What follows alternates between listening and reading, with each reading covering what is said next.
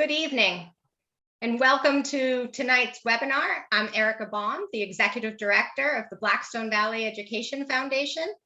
And tonight we are partnering with MEFA to talk about college financing. Thank you for joining us, whether you are a parent of a child from one of our BVEF member school districts, a student who is planning on attending college, whether it's next year in a couple of years, or some of you may be educators from our member school districts, school counselors.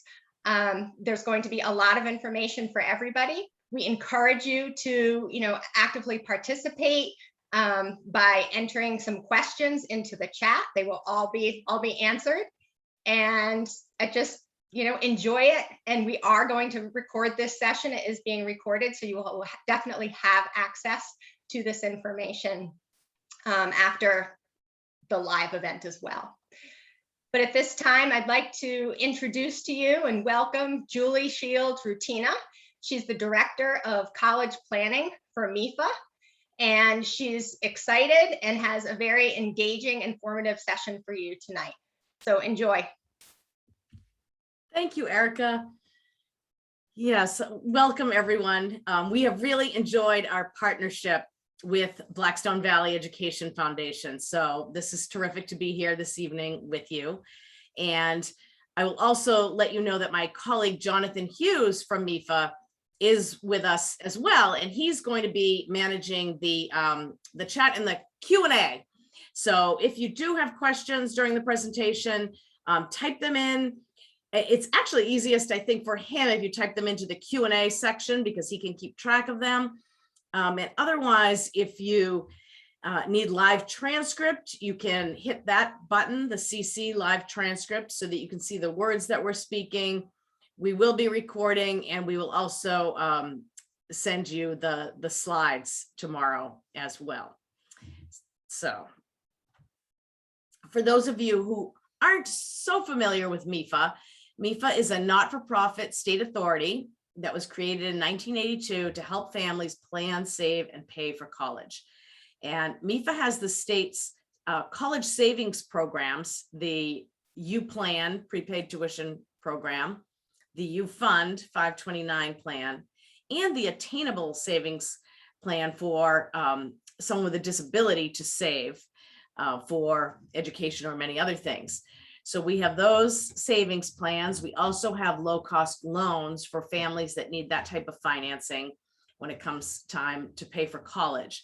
And then everything else we do is free. And we like to do a lot of things to guide families on this journey of planning, saving, and paying for college, just like we're doing this evening.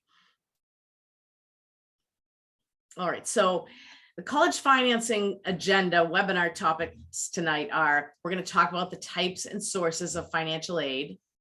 And then we're going to review the financial aid application process. We're going to understand how financial aid decisions are made at the colleges. Learn about how families are paying for college these days. And all the way through, we'll be pointing out free resources for you to follow up on. So as for types and sources of financial aid, or what is financial aid? It is really, the broad definition is any money that is going to help your student pay for college, okay? And mostly there are three types: grants and scholarships, which is the best type. That's gift aid that does not need to be repaid. And that is just awarded to the student to help defray the cost of education. But there's also something called federal work study, which is money that allows a student to get a job during the college year and work usually 10 to 12 hours per week, earn money to pay for miscellaneous expenses, personal expenses, maybe books, maybe that late night pizza. That's not money that you get upfront to pay the bill, but it's important money that gives the students spending money during the college years. And then there's a third type, federal student loans. And that's the type that people usually give a little pushback about and say, well, it's a loan. That's not really money. You have to pay that back, which is true. But I will tell you a little more about the federal student loans and the specific benefits of them and why they are considered part of financial aid. And so where does financial aid come from? It comes from a lot of sources. The federal government has a lot of financial aid, which you can see there: grants, work study, loans, tax incentives. So that's a large source of financial aid. Massachusetts also has some financial aid in all kinds of forms as well. And then the colleges and universities themselves award a lot of money to students in financial aid called institutional aid. When you apply for financial aid using the process that we're going to talk about tonight, you are going through the process of applying for all federal, state, and college and university aid. So it's one big process. And then when you receive a financial aid offer, when the student receives a financial aid offer, it usually includes aid from all of those places. The last box, which is the, I guess, pink, red, coralish box that says other agencies, there are organizations, private organizations all over that do have scholarships for students. So that is a separate outside process that when a student gets into high school, they can go to some of these scholarship searches online. I've given you a couple here, and put in some information about themselves and their interests and what they want to study.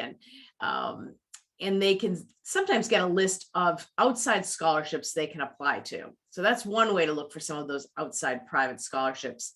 And the other is just to look closer to home.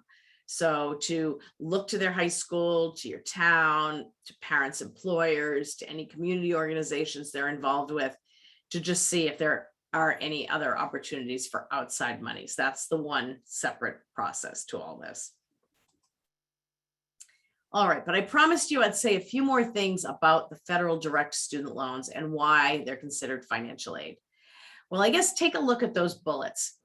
With the federal direct student loans that are awarded to students when they're going to college, the student is the sole borrower on the loan, no cosigner needed, no credit check needed.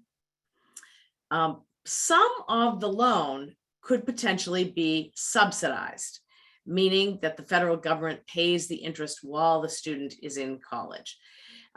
Some could be subsidized or not, and then the other portion unsubsidized. Same loan, but the interest does accrue immediately. And then you can see it has a low fixed interest rate. That changes every year, but once your student signs the promissory note for a loan, that interest rate stays fixed. And another benefit is just that there are numerous ways to repay. So for example, if a student were to take all of the federal direct student loans that they are eligible for as an undergrad for 4 years, you can see the little chart to the right. They can take $5,500 as a freshman, $6,500 as a sophomore, and then $7,500 as a junior and a senior. Then that student would graduate after 4 years with a $27,000 debt, which would be about a $300 payment a month for 10 years. Now, some students might be able to pay that just fine. They might graduate, get a job, and be able to pay that $300 a month.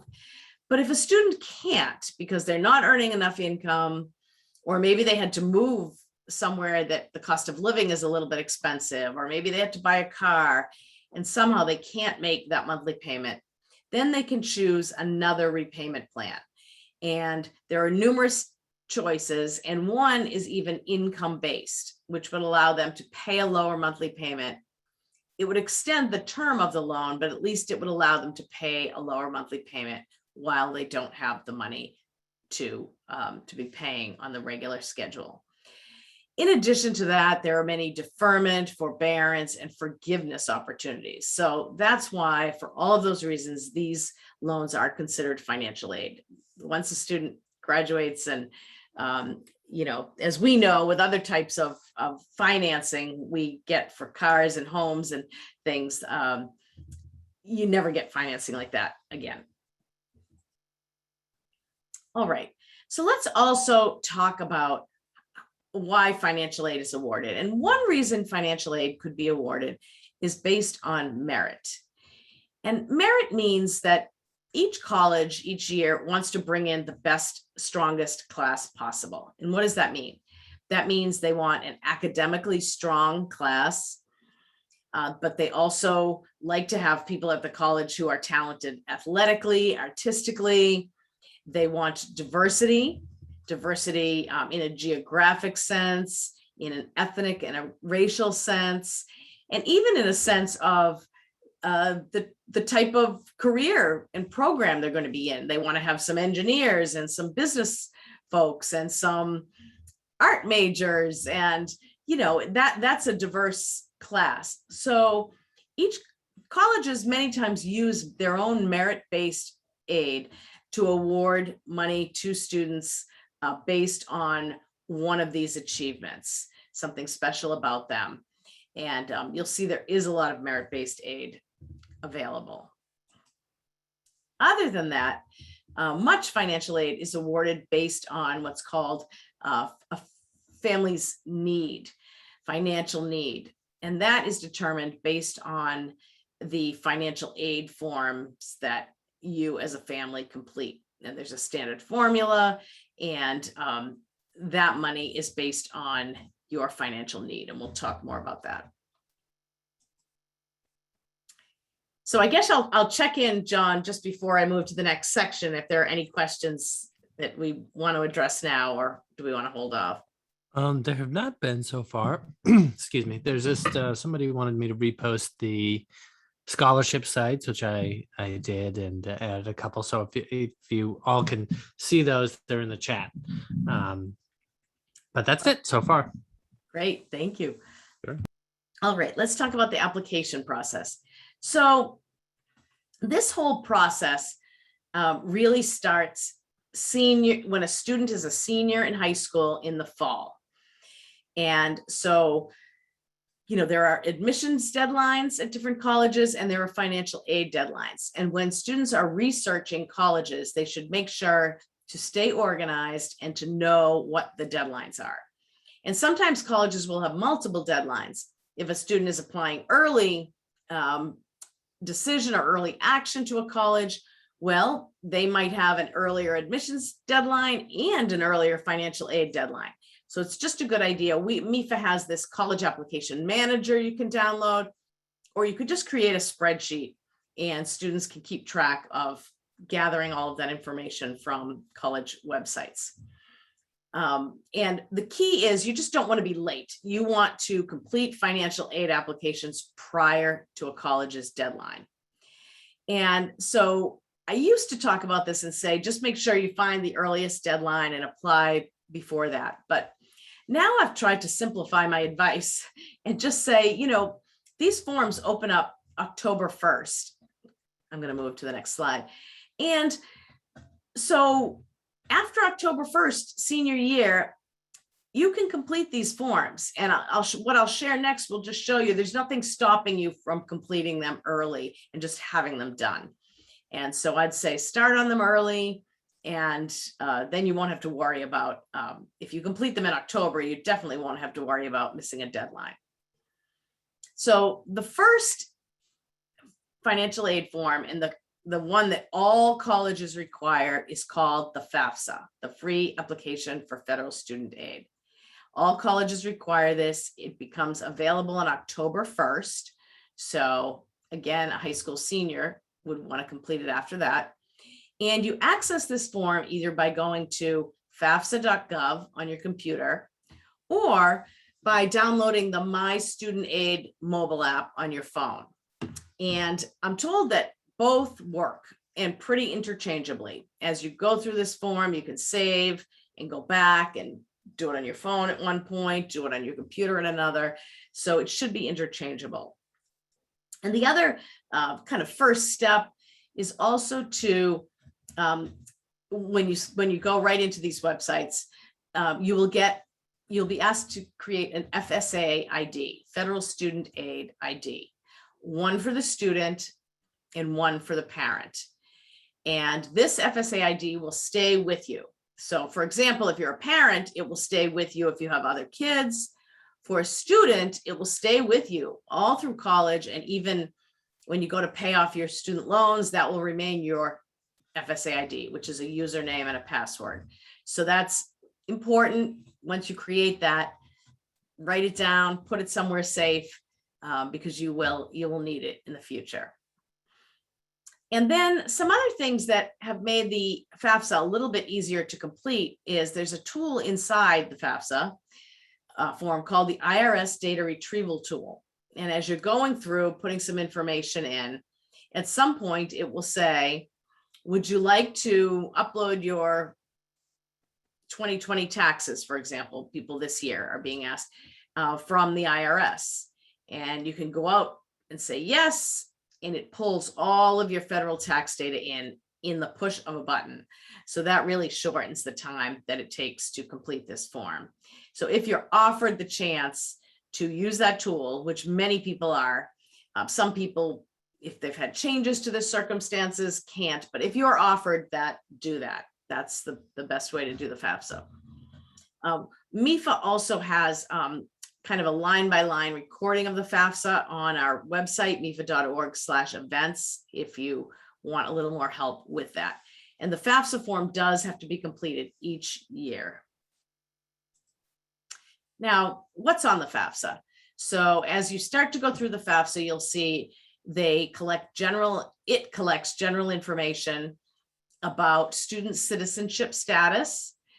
Students do need to be citizens, permanent residents, or eligible non-citizens to be able to apply for financial aid with the FAFSA. One note is, though, if a student is a U.S. citizen or permanent resident, but the parents are not, that's okay. So non-citizen parents would just go in and put zeros for the Social Security number. And then the only difference to how they complete the form is they will need to print out the signature page at the end and mail it in. Otherwise, if the parents have a Social Security number, then they're able to electronically sign with the FSA ID. Another section is that you will put the colleges where your student is applying on the FAFSA so that your data can go to them. And then it will collect information about the parents who are married, including same-sex parents, and all parents who live together, married or not, have to put their information on the form. If parents are divorced or separated, then it's the custodial parent and their current spouse, if there is one, that will complete the FAFSA. Now, what is the custodial parent is defined in the FAFSA process as the parent that the student lived with more in the last calendar year. If that's equal because it's a joint custody arrangement, then it's the parent who provided more financial support. That's the second criteria. If that's equal as well, then you just have to pick a parent to be the custodial parent for the college process. And note that legal guardians are not parents. So grandparents, legal guardians, all do not need to put information on the FAFSA. It also asks questions about the number in household and the number of children in college. Julie. Yes. I was wondering if I could break in here just for a second.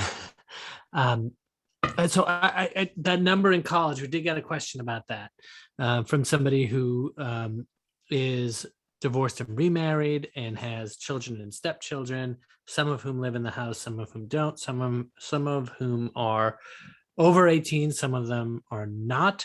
So I wonder if you could just go through who should be included or what determines who should be included on number in the household. That's great. Thanks, John. Yes. So in the household, so custodial parent, your information with your new spouse, and then any children who live in your house that you provide more than half of their financial support. So you can include all of those children for in the household. And then any of those children who are in going to college or in college or going to be in college the same year, you can include them in the number in college. Thank you. Oh, great. Good. And so then, and we'll get into this further. We'll get there when we get there. But that's how I'll answer that. So then other information is the income and asset information for both parent and student. And as I mentioned, for students completing the form this year in 2021, they are completing the form to go to college in the year 2022, and they're using 2020 income. So we're spanning 3 years here. But again, that's why it should be fairly easy for most people to complete this form right now early, because hopefully your 2020 income taxes were done, hopefully back earlier this year. And it will collect information both taxed and untaxed. And then it will collect information about some assets.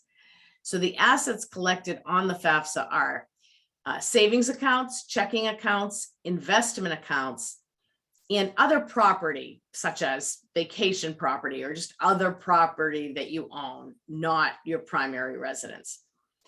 You will include all your 529 plans because those are considered a parent asset. But then there are some assets that are not included on the FAFSA that are not asked about. You will not be asked any questions about your primary home, so don't put any of that information. You will not be asked about the value of your retirement savings or life insurance, or the value of any small family business that has under 100 employees. So there are a lot of assets that are not collected on this form. And there isn't a ton of information about debt either. If you have credit card debt or other debt, there isn't anywhere to put information about debt. The only way you would fit debt in is, I guess, if you reported an investment, you would report the value minus the debt, or the other property value minus debt. But there aren't any other questions about debt on the FAFSA. So then, again, I mentioned all colleges require the FAFSA. So then there is another financial aid form called the CSS Profile. And some colleges also require the CSS Profile. And why, you may ask, does there have to be another form? Well, you know what we just talked about, there are a lot of things that aren't collected on the FAFSA, such as that information about your primary residence. Also, you heard me talk about parents who are divorced or separated, how it's only one parent who puts information on the FAFSA. Also, a lot of business information isn't collected on the FAFSA. And so some colleges that have a lot of their own scholarship and grant dollars feel like in order to distribute those dollars equitably among their applicants, they need to collect a little more information. So the CSS Profile form collects more information about a family that hopefully helps colleges make, better decisions about how to award their money. So we'll talk about some of the differences in a minute, but suffice it to say that possibly this form could cost a tiny bit of money, $25 to send it to one school and $16 for each additional school, except that the College Board made a big positive, great decision this year. So any family that earns under $100,000 will not pay a fee for the CSS Profile. The CSS Profile will be free for any family whose income is under 100,000. So that was a really positive change this year. This form is also available October 1st. So again, you can start working on this right after October 1st during a student's senior year. And as I mentioned, more information will be collected, such as information about your home.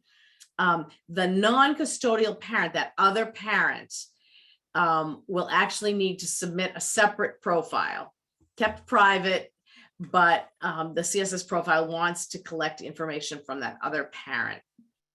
And additionally, there are spaces on the CSS profile where you can write about special circumstances. So that's a positive because there are more places that you can tell your story. And again, MEFA has a webinar on the profile. Also look out in case a college has their own institutional financial aid application, sometimes a one-page application for some scholarships or something that you could find on the financial aid section of their website. I don't see a lot of that, but it's always good to look. So then after you apply, you'll put on the forms the colleges that you want to receive the information.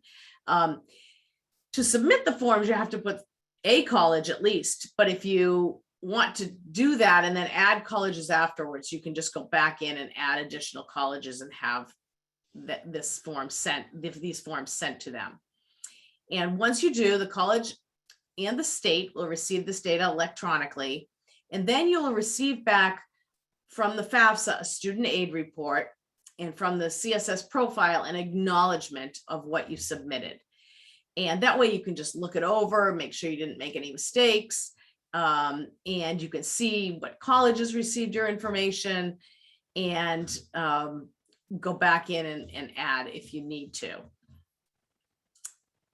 I felt like there was something else I wanted to say. Yes, I wanted to say that this is why it's a really great idea to put a good email for both the student and the parent on these forms, because that's the email that that information will come to you, and it's just really important to look over anything that comes to you from FAFSA, from CSS Profile, or from the colleges. And so having those good emails. So for example, if the student high school email is going to go away once they graduate, you might want to have the student have another email, and you want to have a good email as a parent that you look at as well. And then this verification process is very much part of the financial aid process. So colleges are required to verify a certain percentage of financial aid applications. And some colleges just choose to verify higher than that percentage, sometimes all, and meaning they will collect additional information from you. They might collect your tax return or verification worksheets, asset account statements. And it's very much a part of the process. If you get an email asking for something, make sure you don't let that go. I think when my students were in college, once I had to complete a form just saying that my son didn't earn enough money to have to file taxes, and I had to verify that and send it in. I think another time I had to verify that the sibling was in college at the same time and write down what that college was. So just be aware that sometimes there's a little bit of back and forth. And then it's important to say that once your student applies for admission and or financial aid, that process happens kind of at the same time at a certain college, the financial aid office at that college becomes a really good resource for you. So there are lots of questions you can ask the financial aid office, such as eventually when they send a financial aid offer, making sure you understand if that financial aid offer will be renewable in future years. You also might want to check on their treatment of bringing in private scholarships. This about, how will FAFSA changes affect financial aid? The FAFSA is getting simpler over the next couple of years, but it's also changing a little bit. And so if your students are just starting college next year, you might want to ask about the FAFSA changes and how that will affect things in the future. Really good to stay connected with the financial aid office, and especially if there's a change in your circumstances, if you complete the FAFSA and then heaven forbid someone loses a job or something like that, you want to make sure you contact the financial aid office and let them know of any changes and ask for any help that you need. And some prefer that you call them, some prefer email, some have chat or other options. So maybe look on the college website on the financial aid section and to see how is the best way to contact the financial aid office. So I'll just stop for one moment, John, in case before we get to the next section, in case there are any questions. There's one question that I just wanted to sort of let you speak to, and I believe, I know the answer, but somebody wanted to know about rental income from rental property, and they wanted to know if that could be considered business income and then not have to be reported on the FAFSA. And from what I said, no, it really, you can't look at it that way. And I just wanted to see if that's correct, and if you had anything to add to that. Yeah, no, thank you. That is accurate, because that shows up as income on your tax return. And so it really is just considered income. Yeah. And it's really the, when we say that on the FAFSA, that any small businesses with under 100 employees, you don't have to report them as an asset. So that's really what that is. And so, yes, rental income definitely is income. Yeah. That's it. All right. So how financial aid decisions are made. So up till this point, we've been talking about all the things you need to do. And now we'll talk about what happens at the colleges and how do they figure out how to give these financial aid offers away. So first, what they need to do is they need to figure out what the cost of attendance is for a student to come to that campus, to that college. What is that full cost of attendance, including tuition and fees, room and board, books and supplies, transportation, personal expenses, the whole cost. So some of that is billed, like tuition and fees and room and board, and some is just expenses that the student will have while they're in college, but all of it is needed. And so they have to come up with what that full cost of attendance is. Then from the information that you as a family will complete on the FAFSA and maybe the CSS profile, when those numbers are put through a formula, what comes out is what is a number that is your expected family contribution, the thought of what you will be able to contribute toward college costs before financial aid kicks in.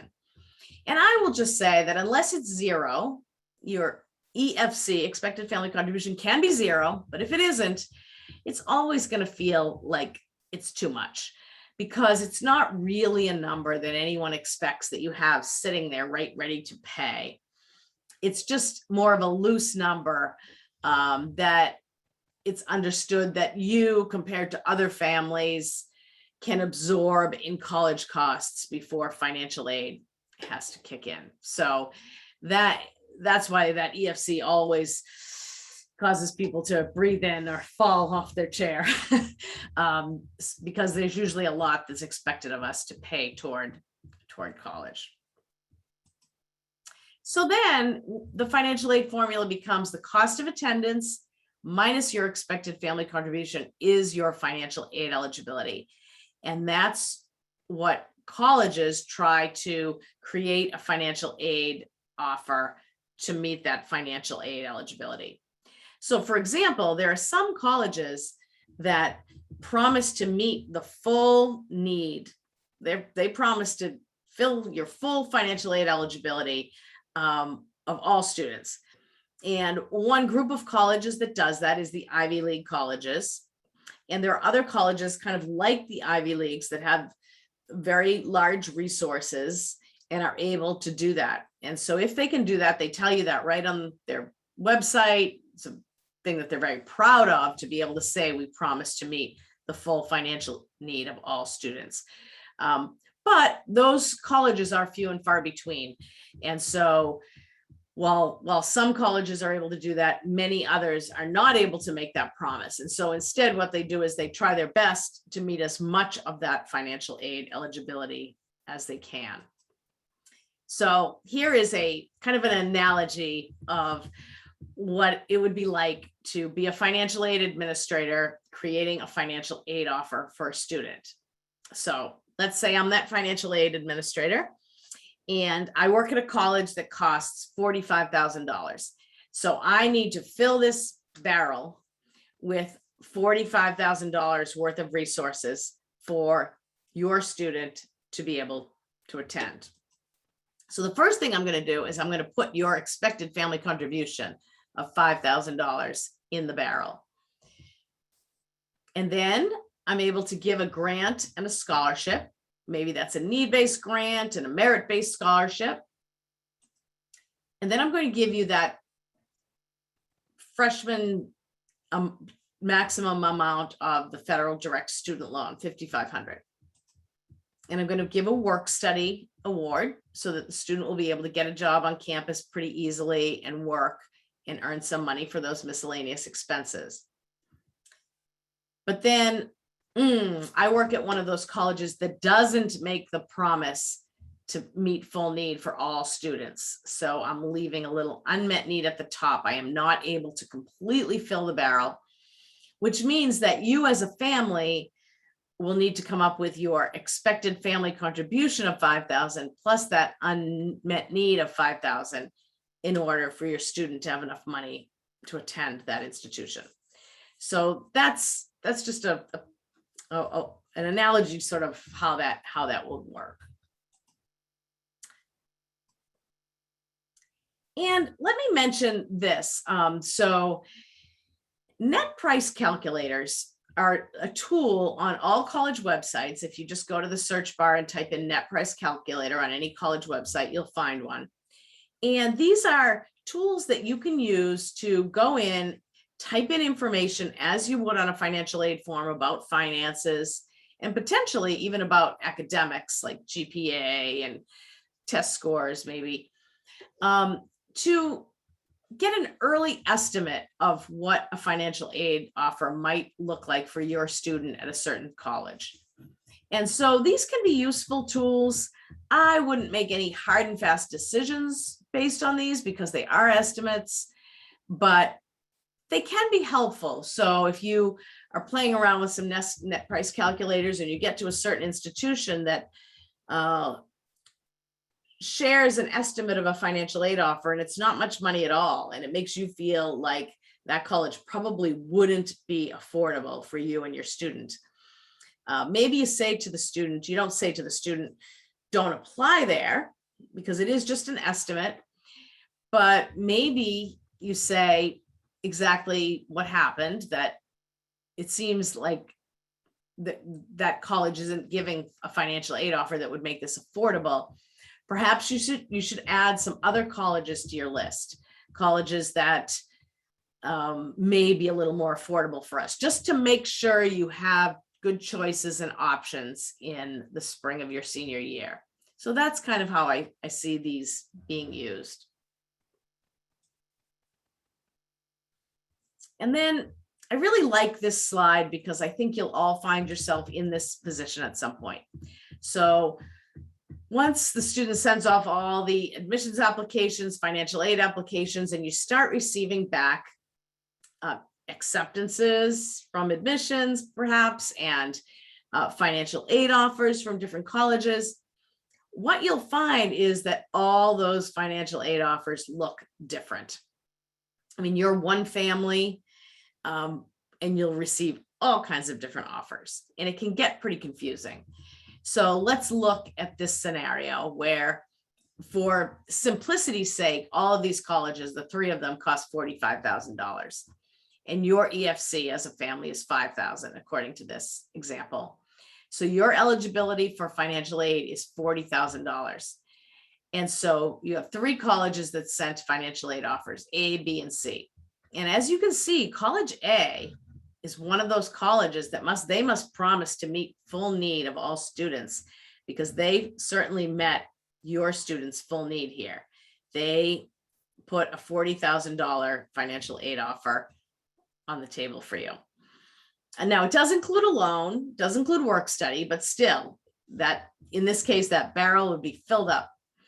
But then colleges B and C, while they gave you pretty good financial aid money, they each left a gap at the bottom in the case of college B, it's $7,000, and in the case of college C, it's $15,000.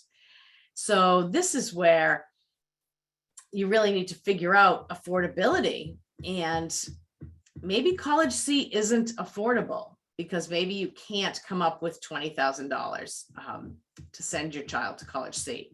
And what if your child says, but that's my first choice, that's where I want to go? You might have to encourage them to, let's go back, let's look at college A, let's call college B, let's ask some questions. Maybe colleges A or B, have an equally good program, and hopefully the student liked them anyway, they were on their list, and maybe they can make a decision that says, these were all good colleges, and I'm going to go to the one that that's best for our family, we can afford it.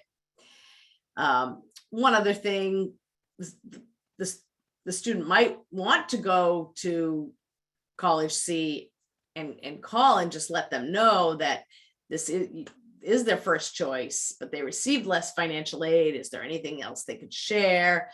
You could always call a college and ask a question like that, but you might hear an answer of, we've given you the best package we can, or you might hear an answer of, well, let me ask you a few more questions and see why you didn't receive that. So those are some things that can happen there. But these can be difficult conversations between parents and students. And this is just another scenario that I want to point out to you on those award letters that all look different.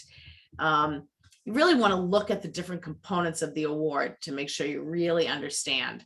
So these three colleges look like they all gave a financial aid offer of $35,000, but they did not. As you can see, some gave work study and some didn't. Two gave a grant and one didn't. And then two put something called a parent loan on these financial aid offers. And I will clearly tell you, that's not financial aid. You may end up borrowing a parent loan because you might choose to, but that really shouldn't be considered part of the financial aid offer. So you'd want to take that out, and you'd want to do a really good comparison of these awards. And MEFA actually has programs in the spring to help families look at those financial aid offers and make sure they understand them and compare them. So then paying for college. So let's say, well, let's go back a couple. Let's say the student here decides, I really want to go to college C. That's my first choice. I got in, I'm so excited, I want to go. And you as a family say, okay, I think we can do that. So you might find yourself here. You're going to have a balance due of $20,000. So how does a family come up with $20,000? Well, you'll all do this differently. And we'll get to the scenario of maybe you can't come up with $20,000. So then what do you do? But let's say you can. So here's how one family might come up with $20,000. One family might say, well, let's look to some past income. The student has some savings from last summer of work, $1,000. We as parents have been saving in a 529 plan, so we might have $4,000 this year. We're going to put toward that. And then all colleges have something called a monthly payment plan, where it's not a loan, but you can break up the cost of paying over 9 months, 10 months, 12 months, and pay to the college that way in smaller installments. So let's say you just paid off a car in your household and you have an extra $500 a month. So you say, all right, we're going to pay $500 a month for 10 months. That's $5,000. And you can pay that to the payment plan at the college. And then this family says, well, I guess we need to borrow another loan to come up to that $20,000 that we're going to owe. So that's where the family would look to an education loan. And that could be the federal government has a loan called the Parent Loan for undergraduate students, the PLUS loan. Maybe that's that.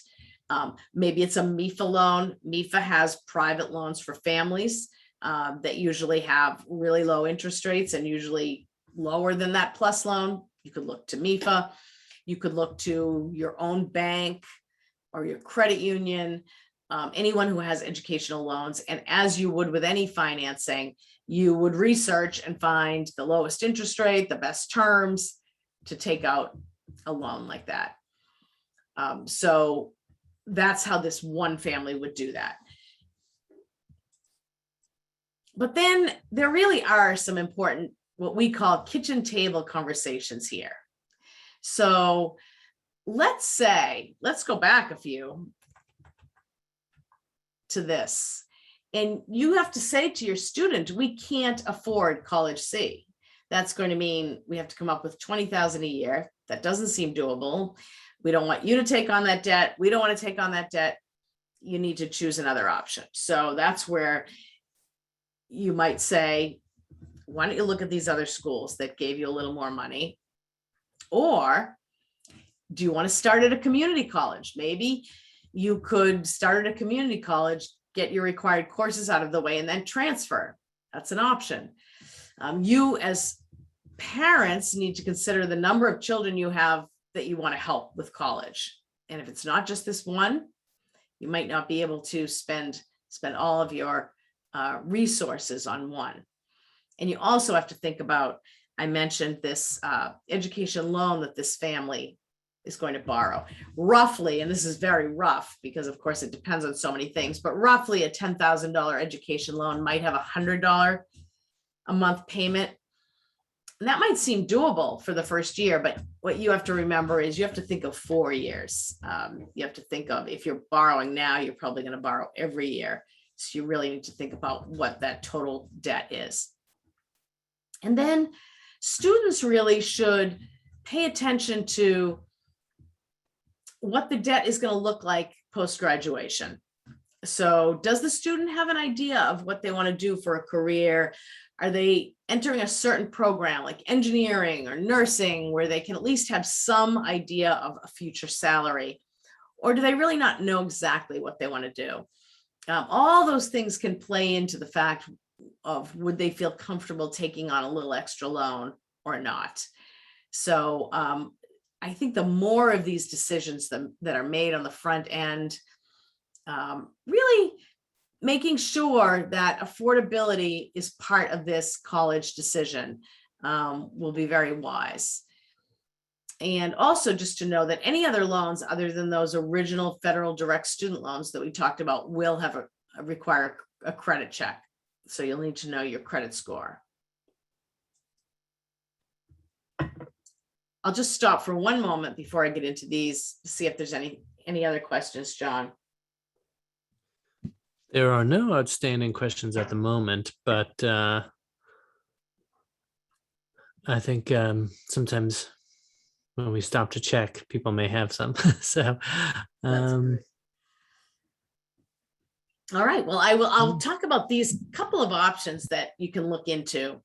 And one is mass transfer. So the website is here, but mass transfer is a group of programs here in Massachusetts where if a student starts at a community college and transfers to a 4-year public mass college, there are all kinds of ways to make this an easy transfer and save some money. So if they do this and keep a certain GPA, they can get automatic admission, guaranteed credit transfer, sometimes a tuition credit freezes, really a lot of ways to make that 4-year education much more affordable. So definitely check out mass transfer. And then the other one that can save you money is this tuition break program. And this allows a student to go to a public university in a neighboring state in New England and possibly pay Massachusetts in-state tuition as long as they go to certain programs. So this website will list those certain programs in other states that allow a Massachusetts student to pay in-state tuition, even though they're going to an out-of-state program. So 2 possible ways to save a lot of money. And then as far as completing those financial aid forms, you can always call MEFA we're going to put up a slide with MEFA's telephone number and email address. Always call us with any questions when you're completing these forms. But there are a couple of other programs sort of to help you get one-on-one help. And one is called FAFSA Day here in Massachusetts, FAFSAday.org. They are going to be holding a lot of events, a lot of them virtual this year, where you can call in and get help completing your FAFSA, and offered in both English and Spanish. So that's a place you can look for additional help, as well as the equal opportunity centers in Massachusetts, and especially Mass EdCo is a large one of those. And they will sit down and help families do these forms one-on-one. So just a little bit of a calendar for you. Spring and summer junior year, you're doing a lot of research into colleges, trying to find a really good list of colleges that your student would like to apply to. Maybe you can visit campuses and go to college fairs. I know some of those things are being done virtually right now, but it seems that they're opening back up again. So you'll be able to do a little of both. You'll want to ask your teachers for letters of recommendation, possibly take standardized tests, and start writing the college essay. And then the fall of senior year, you may want to retake those standardized tests, secure those letters of recommendation, finalize your essay, and attend MEFA's webinars like this one. Get all of your admissions applications, your financial aid applications in, and possibly apply for private scholarships. And then in the spring, you'll really want to be comparing those admissions and financial aid offers. And most likely you'll be choosing a college by May 1st. So get an FSA ID, start to complete these financial aid forms. You can register for other webinars. And it's not a bad idea to connect with MEFA on social media. We post a lot of information about scholarships, particularly at this time of year. So decent. And I know we actually have an Instagram account now too. I need to fix this slide. So you can connect with us in all kinds of places, and you can always call us with questions and email us with questions. But I'm going to put up this code for an evaluation, and Erica, you might want to say a few things about that. Yeah, thank you so much, Julie. That was great. So this QR code is just a very brief 2-question survey. If you have just your cell phone, if you've never used a QR code, just kind of turn on your camera and you don't even have to take the picture, you just hold it up. You'll automatically have a link pop up at the top of your phone, and you just click on it and it will bring you to the survey. So I do encourage you to take a few moments and complete that. I will say that Julie mentioned another webinar that MEFA has, which occurs in the spring, which is about after the college acceptance, like what do you do with these acceptances and how do you navigate actually narrowing down and selecting that school that's appropriate for your student or for your child. And I will say that, again, with our strong partnership, we already have an exclusive webinar scheduled for you for this actual process. And if you want to make note of it, you can. It is going to be on April 7th. That evening.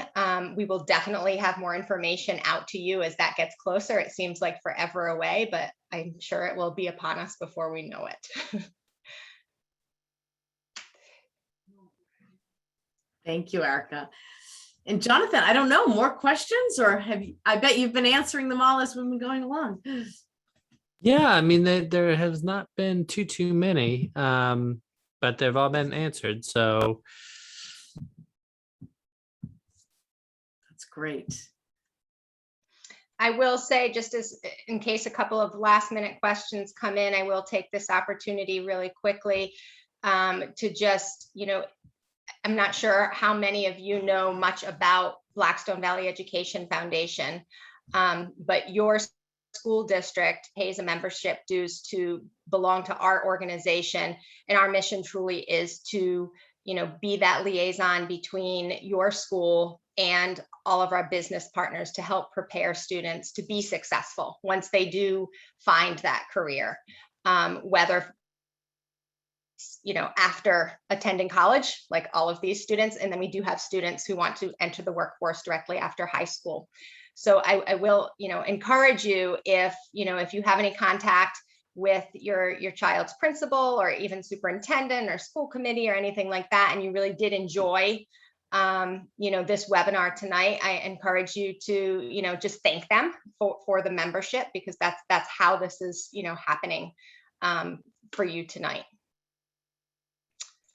So I don't know, Jonathan, were there more questions?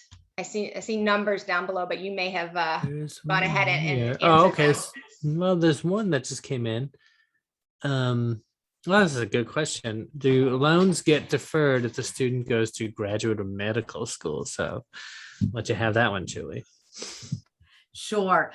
So loans do get deferred when you're in graduate or medical school. You don't need to pay on student loans.